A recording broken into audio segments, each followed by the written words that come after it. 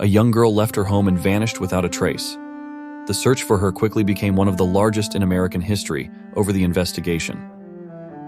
Detectives faced numerous shocking twists, and the quest for answers spanned a whopping 62 years until they finally uncovered the truth. Before we start this video, I would highly request you to subscribe to our channel and like this video to support us. This is samtv. Candace Rogers, who went by Candy, was born on July 18, 1949 in the American city of Spokane, Washington.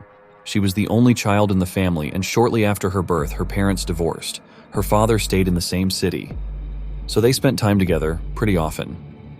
Candy was a typical lovely child who enjoyed strolling outside with her friends, spending time in nature, and playing with her dog. She also had dreams of joining the Campfire Girls, a popular organization in those days, similar to the Boy Scouts. But exclusively for girls, they learned various useful skills, went on hikes, and enjoyed their time together as a group. In 1959, when Candy was 9, she finally had the chance to join this organization, and she was thrilled about it. One of the Campfire Girls' responsibilities was selling mints. The organization provided them with boxes of sweets, and they had to go door-to, offering residents to buy them on Friday. March 6th, Candy was supposed to do this after school. She returned home, had dinner, played with her dog, and around 4:00 p.m. she took about 8 boxes of mints and headed out. Candy planned to walk through nearby streets and offer sweets to her neighbors. Other girls were also supposed to visit houses in this area, but they had pre-allocated streets to avoid overlay lapping and offering sweets to the same people. A few hours later, her mom began to worry as Candy still hadn't returned. She was supposed to be home by 6:00 p.m., but she was clearly delayed with darkness falling. Her mom decided to go out and search, accompanied by Candy's grandfather. They walked the streets of their neighborhood, but Candy was nowhere to be found. Soon, some family, friends, and neighbors joined the search, wanting to help. But despite their efforts, they couldn't find any traces of Candy, so her mom decided to call the police. By that time, the streets had already darkened, and it had become increasingly clear that something bad might have happened to Candy. The police quickly joined the search, starting by questioning all the neighbors. They soon discovered that Candy had only sold 1 box of mints. This indicated that something might have happened to her shortly after leaving home, but one resident claimed to have seen the girl on a nearby street around 6:30 p.m. This was weird because by that time, Candy's mom was already out searching for her. Candy's grandfather also shared strange observations when he went in search of his granddaughter and arrived on the same street mentioned by the witness who saw the girl. He almost got struck by a speeding car that even hit the curb. Unfortunately, he didn't see the license plate but remembered it was a green 1953 Ford. Police distributed a description of the car but weren't able to track it around 9:00 p.m. They discovered several mint boxes strewn along the road near a bridge. It was clear that these boxes belonged to Candy. Heightening the overall concern, the police focused their search in this area, combing both riverbanks along with a small wooded zone on either side. They scoured the area all night but couldn't locate Candy. By morning, news of Candy's disappearance spread through local newspapers, and soon, statewide media started covering the case.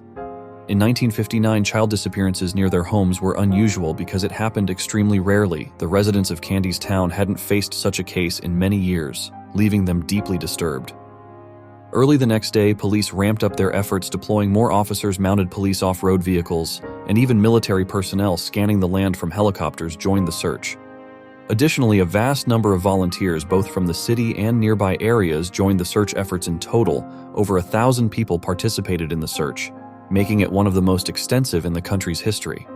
At that time, the search area extended to 11 mi around the girl's home, yet they still couldn't find her on the same day.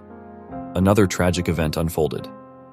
A helicopter involved in the search clipped power lines and crashed, resulting in the loss of 3 out of the 5 crew members. Search efforts persisted for many days, yielding no results. Police officers continued working literally around the clock in multiple shifts, trying their best to locate Candy. Investigators received approximately 750 tips in the initial days of the search, diligently checking each one, but all led to dead ends. 15 days later, 2 military members from the local base went into the woods west of Spokane. On a hunting trip there, they noticed children's shoes on the ground. Immediately recalling Candy's disappearance, many military members had been involved in the search, so they were all well aware of the case. They reported this to Discovery to the police, who showed the shoes to Candy's grandfather. He confirmed that the shoes indeed belonged to his granddaughter. The police headed to the woods for the search. Within minutes, one of the officers spotted a foot sticking from the bushes and found the girl's body. She lay amid the underbrush covered with pine branches. Medical experts determined that the cause of death was strangulation. The perpetrator had used a torn piece of fabric from her skirt. For this, marks on Candy's hands and feet indicated she had been bound, although no ropes were found near the body. They also concluded that the victim had been sexually abused during the search of the crime scene. Police found a green car seat cover nearby, but they couldn't establish whether it had any relevance to the murder on Candy's clothing. Officers noticed a small purple stain that smelled like grape-flavored chewing gum, yet once again they couldn't establish any connection to the case, lacking any substantial leads that could lead them to the killer. The police tried to find any possible clues. Investigators sifted through incoming tips and explored the possible involvement of hundreds of individuals, neighbors, various suspicious characters, and previously convicted criminals. Soon they focused their attention on a 50-year-old man named Alfred Braves. The reason he became a suspect was quite peculiar. He took his own life on the same day Candy's body was discovered. He did it right in his car, not far from where the mint boxes were found. He also lived just a few hundred yards from Candy's home. When the police found Alfred's body, they discovered a rope and woman's hairpins in his car. Investigators obtained a search warrant for his house, where they found numerous newspaper clippings, detailing articles on sexual crimes against women and girls. The police also learned that several women had accused him of harassment, and even his wife admitted suspecting him of Candy's murder. Despite this troubling chain of events, investigators couldn't find any evidence linking Alfred to Candy's murder. They hesitated to clear him of suspicion, but proving his guilt seemed impossible. Detectives delved into other suspects whose numbers kept growing several months after the murder. They had an extensive list of names spanning multiple pages, and the police diligently checked each one. Yet every time they failed to find evidence of their involvement, later investigators had another suspect, a serial killer named Hugh Morse. He was arrested in 1961 for a series of crimes, and the reason why he became a suspect was pretty interesting. Hugh was known for constantly chewing grape-flavored gum. As we recall, a similar substance was found on Candy's clothes. Another reason to suspect him was that he killed 2 women in Spokane a few months after Candy's death. Hugh began committing crimes pretty early. His first arrest was for assaulting a woman, but he faced no real consequences. He was simply discharged from the army where he was serving. At the time later, he committed a series of robberies in Los Angeles and served only 6 months after his release. He lured 2 8-year-old girls to a secluded area, promising them ice cream. He sexually assaulted them and was arrested once again. Surprisingly, he managed to avoid prison. A medical commission deemed him a sexual psychopath, so he was placed in a mental health facility after 2 years. Doctors believed he was cured and released him. Hugh moved to Spokane, where he started peeping into women's windows. In November '59, he broke into a 28-year-old woman's home, assaulted and killed her. 10 months later, he entered a 69-year-old woman's residence, repeating the same actions as with the previous victim. A month later, he assaulted another woman, stabbing her multiple times, but she survived after these crimes. He left the city, and over the next few months committed numerous other off-defenses, attacking women and girls with a knife, sexually assaulting them, and killing 2 more victims. Hugh always traveled between different cities and states until the FBI took on his case. He was added to the list of the country's 10 most wanted criminals and was soon captured.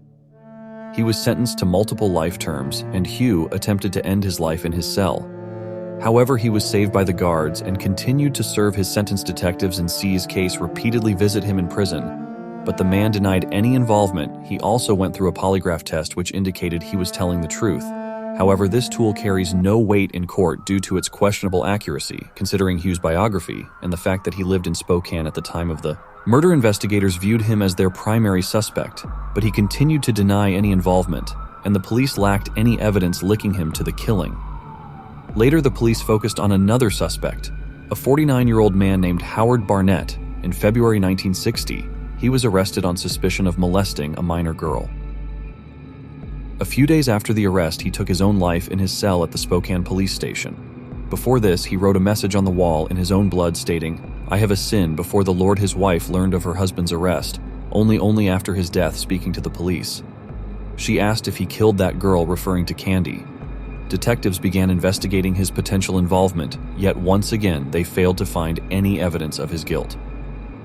Howard remained one of the main suspects, mainly because he lived on the next street to the victim. Over the course of many years, police continued their efforts on this case, gathering new leads and examining other suspects. At one point, a woman contacted them, claiming that on the day Candy disappeared, She saw a green car following the girl. Investigators once again focused their efforts on locating this specific vehicle. However, this didn't lead to any substantial results, although it was strange that this woman chose to reveal this information many years after the crime. In the following decades, this case was reopened from time to time, but detectives always hit a dead end. Interestingly, they not only had to search for new leads but also fend off false confessions. In total, 13 individuals confessed to Candy's murder, but in each case the police concluded that they were lying. These individuals couldn't provide any information that only the killer would know, often just repeating details from the newspapers. Surprisingly, such behaviors are common in high-profile cases for some reason, people confessing to crimes they did not commit. Throughout the time, the police department saw numerous changes in detectives, each hoping to solve this crime. Candy's murder stood out as one of the most prominent and mysterious cases not only in their city but across the entire state. It impacted a significant number of people before the murder. Parents felt safe letting their children play outside, but after this case, many reconsidered their views on safety. In the early 2000s, this case was reopened once again, and this time a new detective decided to use modern technologies. Fortunately, in 1959, the police had diligently collected and preserved all the evidence, which allowed experts to find a sample of male semen on Candy's clothing, considering it had been stored for several decades. Examining the sample proved extremely challenging, but after extensive efforts, experts managed to extract a DNA profile. They uploaded it to the FBI database, but unfortunately, there was not a single match. Detectives also cross-examined the profile with samples from numerous suspects, but none of them turned out to be Candy's killer. Throughout all these years, many were convinced that Hugh Morris was behind the crime. However, the forensics indicated he had no connection to this murder. As a result, the investigation once again hit a standstill. The police had a DNA sample from the person who sexually assaulted and killed Candy, but uncovering their identity remained quite a challenge. The case was once again reopened in 2021, and a new detective decided to try an innovative DNA analysis method, genetic genealogy. This technique had successfully solved hundreds of cold crime cases, and the detective hoped it would finally bring closure to one of the longest-standing investigations. He contacted several laboratories specializing in this analysis. But there, he was faced with disappointment once again. To utilize this method, experts needed to examine the original DNA sample. Several attempts were made, but each laboratory concluded that the semen sample had degraded too much, so it was impossible to extract the necessary data. The detective turned to a final laboratory, and unexpectedly, there was a long-awaited breakthrough using cutting-edge tools. The experts successfully studied the sample, providing them with the required profile of the perpetrator. They uploaded the profile to genealogical databases, initiating the search for distant relatives of the DNA owner through meticulous efforts examining thousands of individuals. They narrowed down their focus to one specific family. Upon investigating this family, they found that the DNA sample most likely belonged to one of three brothers. However, a new challenge arose as all three were deceased. Nonetheless, the experts and the detectives discovered that one of the brothers had a daughter, and the police contacted her. The woman was shocked at the possibility of her father being the killer of a little girl. Yet without hesitation, she agreed to assist. She provided her own DNA sample, and the experts confirmed that she was closely related to the individual whose scene was found on Candy's clothing. With these results, detectives swiftly obtained a court order for the exhumation of her father's grave. Experts extracted a DNA profile from his remains, and after 62 years since the murder, the identity of the perpetrator was finally revealed. It was a man named John Hoff. The analysis revealed a complete match between John's DNA and the scene found on Candy's clothing. Despite having hundreds of suspects throughout the years, John Hoff was never on that list. Investigating his biography, detectives discovered his involvement in other crimes at the time of Candy's murder. He was 20 years old and lived less than a mile from her house. He also served in the army, stationed at a base near where the girl's body was discovered. 2 years after the murder, he attacked a woman, bound and sexually assaulted her, and attempted to kill, but she managed to survive. John was arrested and sentenced to only 6 months in prison. He was also disgracefully discharged from the army upon release. John started a family, having 4 children, 2 sons and 2 daughters. He remained off the police radar, living a seemingly ordinary life. John changed jobs several times, and once while working in a food packaging plant, he suffered a severe chemical burn to his face. Leaving a lasting mark, his life came to an end in June 1970. 11 years after Candy's murder, when John took his own life without leaving a note. Police also determined that the victim might have known him. Candy was friends with his sister, who was 10 years old at the time. All these years later, she told the detectives that after her friend's murder, she cried in her brother's arms, unaware that he was the one who killed Candy. Unfortunately, the girl's parents did not live to see the moment when the killer's identity became known. Candy's mother passed away in 2006, and her father took his own life in 1963, 4 years after the tragic event.